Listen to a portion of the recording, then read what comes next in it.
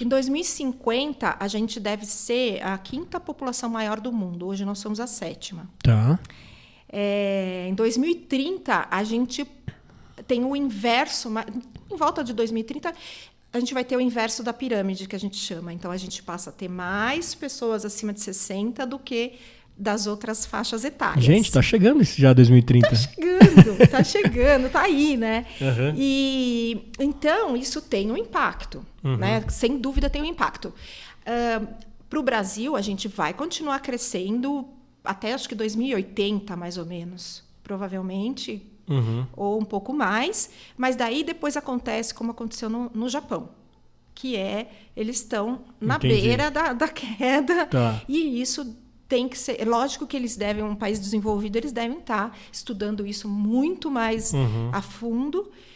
Passa por exemplo, políticas de facilitar a imigração, receber pessoas de outros países, porque senão você começa a não ter mais mão de obra para trabalhar, para sustentar os aposentados. Tem um limite também, né? Ou para cuidar desses idosos, Sim, né? sim. Por isso que o Japão é um dos principais países que a gente olha quando a gente pensa em serviços e produtos, tecnologia para longevidade, porque eles estão à frente, porque eles têm muito idoso. Então, eles têm muito idoso, eles não têm mão de obra suficiente para cuidar desses idosos. As famílias também não conseguem tanto cuidar desses idosos o tempo todo. Então, eles estão lá criando robô, né? Robô cuidador, enfim, uma série de coisas para tentar suprir essa situação. E há uma visualização de futuro aí um pouquinho mais para frente da gente ter pessoas de 120, 130 anos? Sim, com certeza.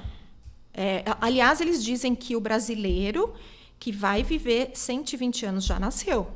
Caramba. Então, os brasileiros... Pode ser minha filhinha, então. Pode. Justamente Caramba. por isso. Se a gente pensar também, assim, a gente tem muito mais acesso à informação hoje do que os nossos pais tiveram. Né? Então, a gente tem as mídias sociais, a gente tem YouTube, tem, enfim, um monte de coisa para você entender, saber dicas de como comer melhor, dicas de se exercitar, vídeos para você fazer em casa, se exercitar. Então, assim, as pessoas estão se informando mais. E como a gente disse no início, ninguém quer chegar aos 90 anos e falar, ai, que legal, estamos vivendo mais, mas chegar aos 90 anos acamado, né? Então, as pessoas vão ter mais noção disso e vão começar a se preparar melhor. Mas as pessoas, sim, vão viver. Provavelmente nós dois vamos viver uns 100 anos. É mesmo? Olha, da torcida certeza, aqui. Com certeza. Só seguir os passos aqui, né, também, gente? Sim. Né? E agora você falou assim, né, de exemplo de pessoas, tal. Tem um exemplo muito simbólico aí que nos deixou recentemente, que foi a Rainha Elizabeth, que viveu até os 95, né? E você chegou a traçar algum perfil aí de como que ela viveu para alcançar essa longevidade, que até na véspera, um pouco antes dela morrer, ela estava cumprindo a agenda. Exatamente. 2 dias antes ela estava aceitando a nova primeira-ministra, né, do Reino Unido. É muito louco, é muito bacana. Mas, assim, passa por tudo aquilo que eu te falei. Tudo bem, as pessoas podem dizer, mas é a rainha. Não necessariamente esse é o fator. Esse não é um fator, porque se a gente pensar no pai dela, ele morreu com menos de 60 anos, ele fumava que nem um louco. Então, ele acabou morrendo de um câncer de pulmão e tal, aos 60 anos. Tá. Então, assim, o fator ser rei, é rico e tal, não influencia tanto. Mas o que a gente sabe, né, da rainha? Primeiro que a vida inteira ela foi extremamente ativa em termos de atividades físicas. Então, ela sempre amou cavalos e cavalgava. Ela caçava, ela passeava com os cachorrinhos dela.